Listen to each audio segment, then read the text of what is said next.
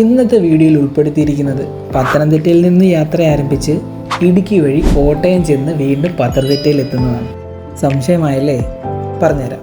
എൻ്റെ നാടായ കവിയൂരിൽ നിന്നും തുടങ്ങുന്ന യാത്ര മല്ലപ്പള്ളി വഴി എരുമേലിയിൽ എത്തിയ ശേഷം അവിടുന്ന് മുണ്ടക്കയം എത്തുക എന്നാണ് ആദ്യത്തെ ലക്ഷ്യം. മുണ്ടക്കയത്തേക്ക് വന്നതിൻ്റെ പ്രധാന ലക്ഷ്യം എന്തെന്നാൽ എൻ്റെ കൂടെ ഡിഗ്രിക്ക് പഠിച്ച ശില്പ എന്ന കുട്ടിയുടെ കല്യാണമാണ്. ഈ കല്യാണം കൂടാനും എൻ്റെ ഒപ്പം യാത്രയ്ക്കുമായിട്ട് ഇതേ ഡിഗ്രിക്ക് എൻ്റെ കൂടെ പഠിച്ച അഖിൽ എന്ന കൂട്ടുകാരനാണ് എൻ്റെ ഒപ്പം.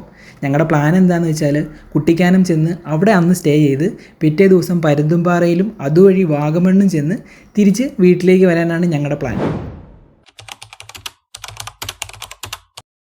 അപ്പോൾ ഇന്നത്തെ കാഴ്ചകൾ തുടരുന്നത് എരുമേലിയിൽ നിന്നാണ്. എരുമേലിയുടെ പ്രത്യേകത എല്ലാവർക്കും തന്നെ അറിയാമല്ലോ. ഞങ്ങൾ ഇതുവഴി വന്ന ടൈമിൽ തന്നെയാണ് ഇതുവഴി പേട്ടതുള്ളി ആളുകളെ ശബരിമലയ്ക്ക് പോകുന്ന കാഴ്ചകളൊക്കെ കണ്ടത്. അങ്ങനെ കല്യാണ സ്ഥലത്ത് ചെന്നു, കല്യാണം കൂടി, ഫുഡൊക്കെ കഴിച്ച് ഗിഫ്റ്റൊക്കെ കൊടുത്തതിന് ശേഷം ഒരു 3 മണിയോടെ ഞങ്ങളുടെ ട്രിപ്പ് സ്റ്റാർട്ട് ചെയ്യണം.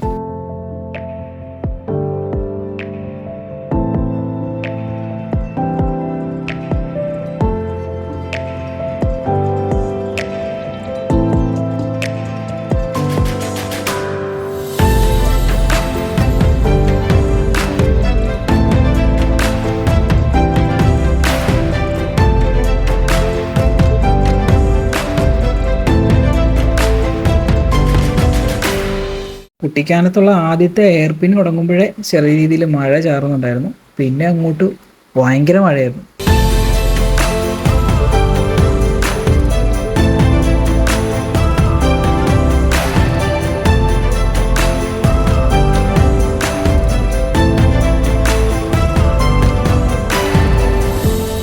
ഹെയർപിൻ കയറി വന്നപ്പോഴേ നല്ല ബ്ലോക്ക് കണ്ടായിരുന്നു. അപ്പം അതിൻ്റെ കാരണം എന്താണെന്ന് ഇതേ ഇവിടെ ചെന്നപ്പോൾ മനസ്സിലായി.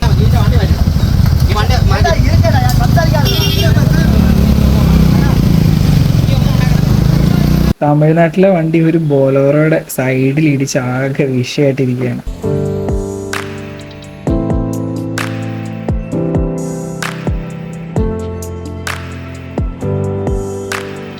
നമ്മളീ പോകുന്ന വഴിയിലാണ് ഈ വളഞ്ഞങ്ങാനം എന്ന് പറഞ്ഞ വെള്ളച്ചാട്ടം. കോട്ടയം കുമളി സംസ്ഥാന പാതയിൽ മുറിഞ്ഞമ്പുഴയിൽ നിന്ന് 1 കിലോമീറ്ററും കുട്ടിക്കാനത്ത് നിന്ന് 5 കിലോമീറ്റർ അകലെയാണ് ഈ സ്ഥലം സ്ഥിതി ചെയ്യുന്നത്. ദീർഘദൂര യാത്രയ്ക്ക് ശേഷം മൂടൽമഞ്ഞുള്ള കാലാവസ്ഥയിൽ വിശ്രമിക്കാൻ പറ്റിയ സ്ഥലമാണ്. ഇതുവഴിയുള്ള വിനോദസഞ്ചാരികൾക്ക് ചായ കുടിക്കാനും വിശ്രമിക്കാനും ആസ്വദിക്കാനും ഒക്കെ പറ്റിയ സ്ഥലമാണിത്.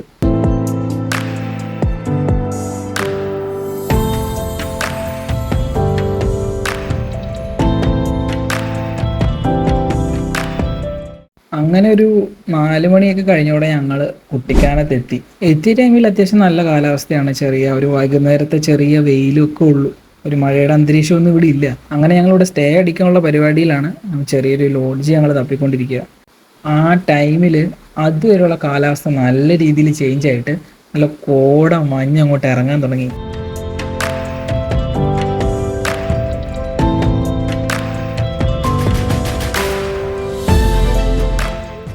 ഇതാണ് അമ്മച്ചി കൊട്ടാരത്തിലേക്കുള്ള റൂട്ട്. പക്ഷേ ഇവിടെ കോൺക്രീറ്റ് ചെയ്തുകൊണ്ട് അങ്ങോട്ടുള്ള പ്രവേശനം ഇപ്പോൾ ഇല്ല. അപ്പോൾ ഇങ്ങോട്ട് വരുന്നവരുടെ ശ്രദ്ധയ്ക്ക് അമ്മച്ചി കൊട്ടാരത്തിലേക്കുള്ള പ്രവേശനം ഇപ്പം താൽക്കാലികമായിട്ട് നിർത്തി വെച്ചിരിക്കുകയാണ്.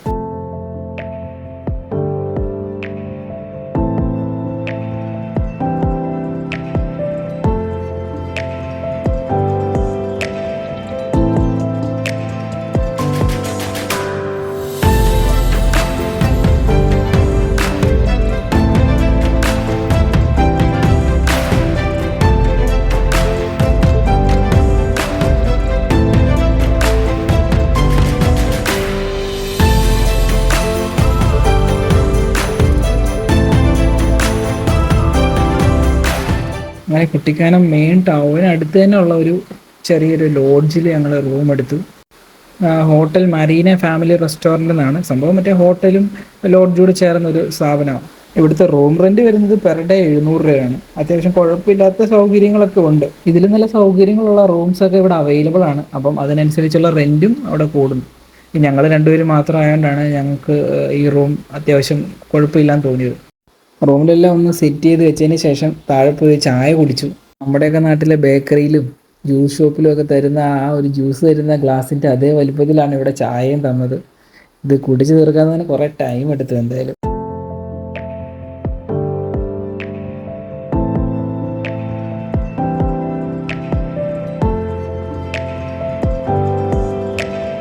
എന്തായാലും അടുത്ത ദിവസത്തെ അവസ്ഥയും ഒട്ടും മോശമല്ല, നല്ല മഴയായിരുന്നു.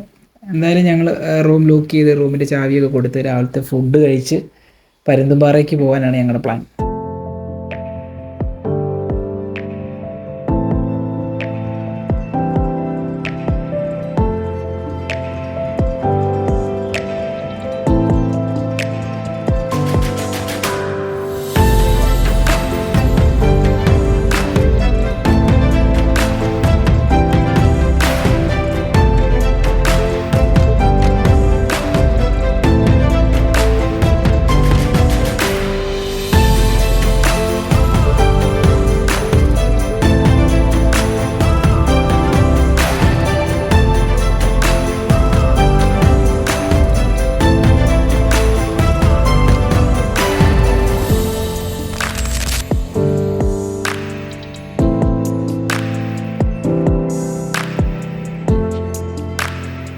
കുട്ടിക്കാനത്തുള്ള പെട്രോൾ പമ്പ് ഒരു മാസമായിട്ട് പ്രവർത്തിക്കാത്തത് കൊണ്ട് പരുന്തുംപാറയ്ക്ക് പോകുന്ന ആ സ്ഥലം, അതായത് പരുന്തുംപാറ കഴിഞ്ഞ് 1 കിലോമീറ്റർ കഴിയുമ്പോൾ ഓൾഡ് പാമ്പനാർ എന്ന് പറഞ്ഞൊരു സ്ഥലമുണ്ട്. അവിടുത്തെ പെട്രോൾ പമ്പിൽ പോയി പെട്രോൾ അടിച്ചതിന് ശേഷമാണ് ഞങ്ങൾ പരുന്തുംപാറയ്ക്കുള്ള ആ ഒരു കണ്ടില്ലേ ഒരു ഗോപുരം കഴിഞ്ഞ് ഞങ്ങൾ മുന്നോട്ടുള്ള യാത്ര തുടർന്നത്.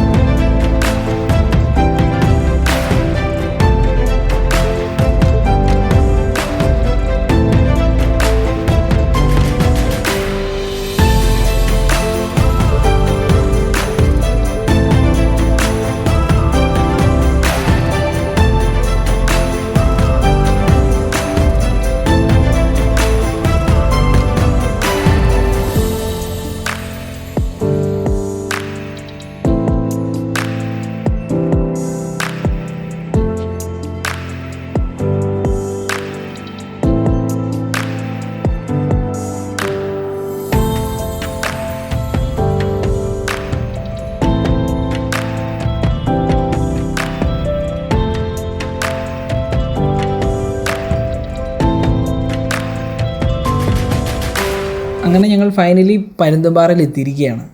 ഇടുക്കി ജില്ലയിലെ പീരമേട് താലൂക്കിൽ ഉൾപ്പെടുന്ന ഒരു ഗ്രാമമാണ് പരുന്തുംപാറ. വിനോദസഞ്ചാര കേന്ദ്രമായ ഈ സ്ഥലം പീരമേടിനും തേക്കടിക്കും ഇടയിലായി പീരമേട്ടിൽ നിന്നും ഏകദേശം 8 കിലോമീറ്റർ ദൂരെയാണ് സ്ഥിതി ചെയ്യുന്നത്. അതുപോലെ തന്നെ ഇടുക്കി ജില്ലയുടെ വിനോദസഞ്ചാര ഭൂപടത്തിൽ ഇതുവരെ ഉൾക്കൊള്ളിച്ചിട്ടില്ലെങ്കിലും മറ്റു വിനോദസഞ്ചാര കേന്ദ്രങ്ങളോട് കിടപിടിക്കുന്ന ഭൂമനോഹാരിതയാണ് പരുന്തുംപാറയ്ക്കുള്ളത്.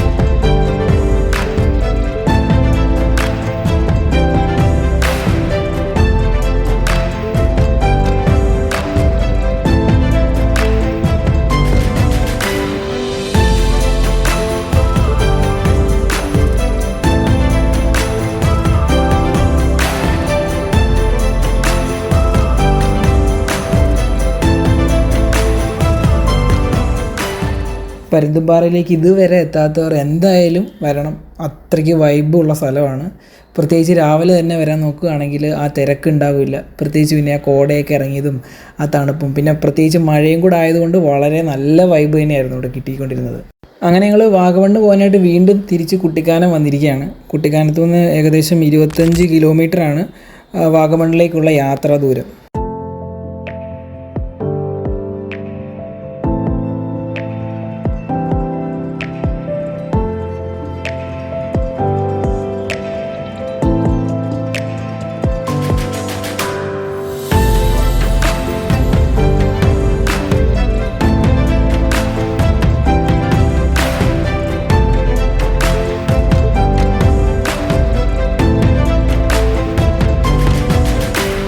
അങ്ങനെ നമ്മൾ ഏലപ്പാറ എന്ന ചെറിയൊരു ടൗണിലേക്ക് വന്നിരിക്കുകയാണ്. ഈ ഏലപ്പാറ ടൗണിൽ നിന്ന് ലെഫ്റ്റ് കയറിയാണ് വാഗമൺ റൂട്ടിലേക്ക് പോകുന്നത്.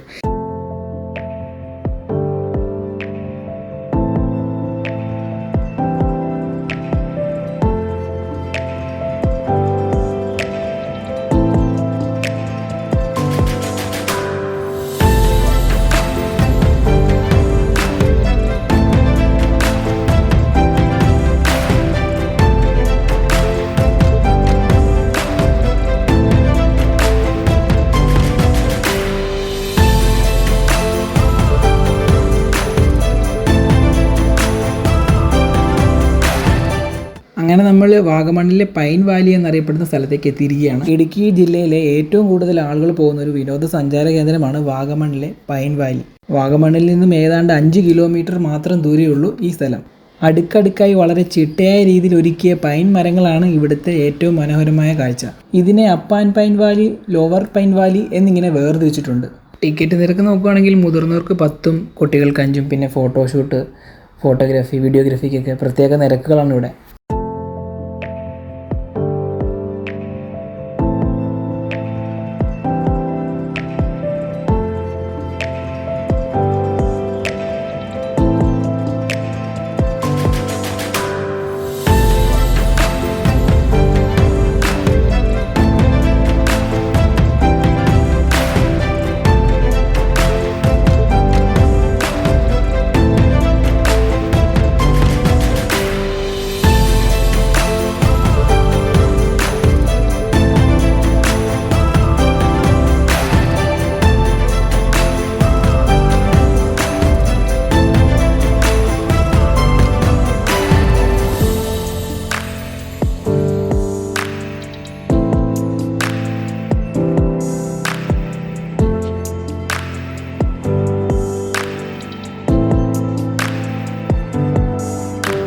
എന്തായാലും വാഗമൺ എത്തിയപ്പോഴേക്കും ക്ലൈമറ്റിന് നല്ല വ്യത്യാസം വന്നു.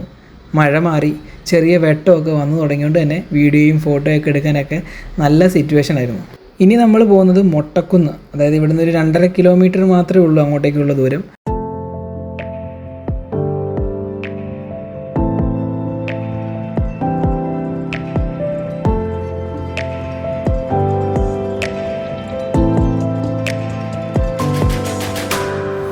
അങ്ങനെ നമ്മൾ ഇതിൻ്റെ മെയിൻ എൻട്രൻസിൽ വന്നിരിക്കുകയാണ്. ഇവിടെ ഒരാൾക്ക് 25 രൂപയാണ്, അതായത് മുതിർന്ന ആൾക്ക് 25 രൂപ. എനിക്കൊന്ന് ചെറിയ കുട്ടികൾക്ക് 10 രൂപ ആയിരിക്കണം. അപ്പം അങ്ങനെ എൻട്രൻസിനായിട്ട് നല്ല ക്യൂ ആണ്. അപ്പോൾ അങ്ങനെ ഞങ്ങൾ ക്യൂ നിന്നിട്ട് ടിക്കറ്റൊക്കെ വാങ്ങിച്ച് ഞങ്ങൾ അകത്തേക്ക് കയറി.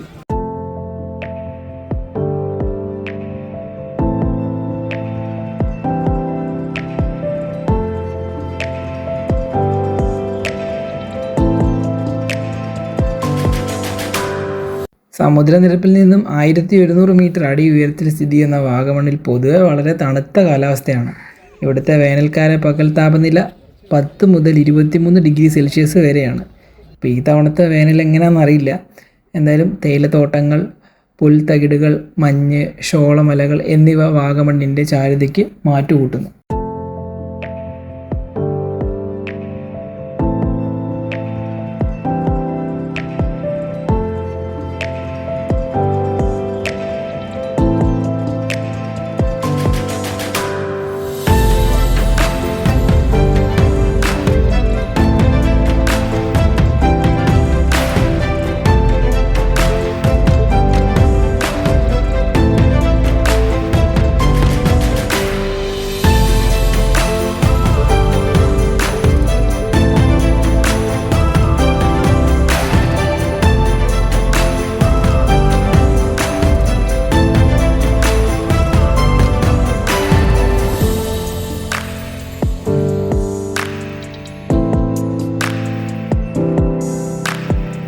അങ്ങനെ ഏകദേശം ഒരു 2 മണിയോടെ ഞങ്ങൾ വാഗമണ്ണിൽ നിന്ന് തിരിച്ചു നേരെ വീട്ടിലേക്കാണ്. അപ്പം ഇനിയും ഇതുപോലെയുള്ള നല്ല നല്ല വീഡിയോകളൊക്കെ വരുന്നതായിരിക്കും. അപ്പോൾ ഈ വീഡിയോ ഇഷ്ടപ്പെട്ട നിങ്ങൾ ലൈക്ക് ചെയ്യുക, സബ്സ്ക്രൈബ് ചെയ്യുക.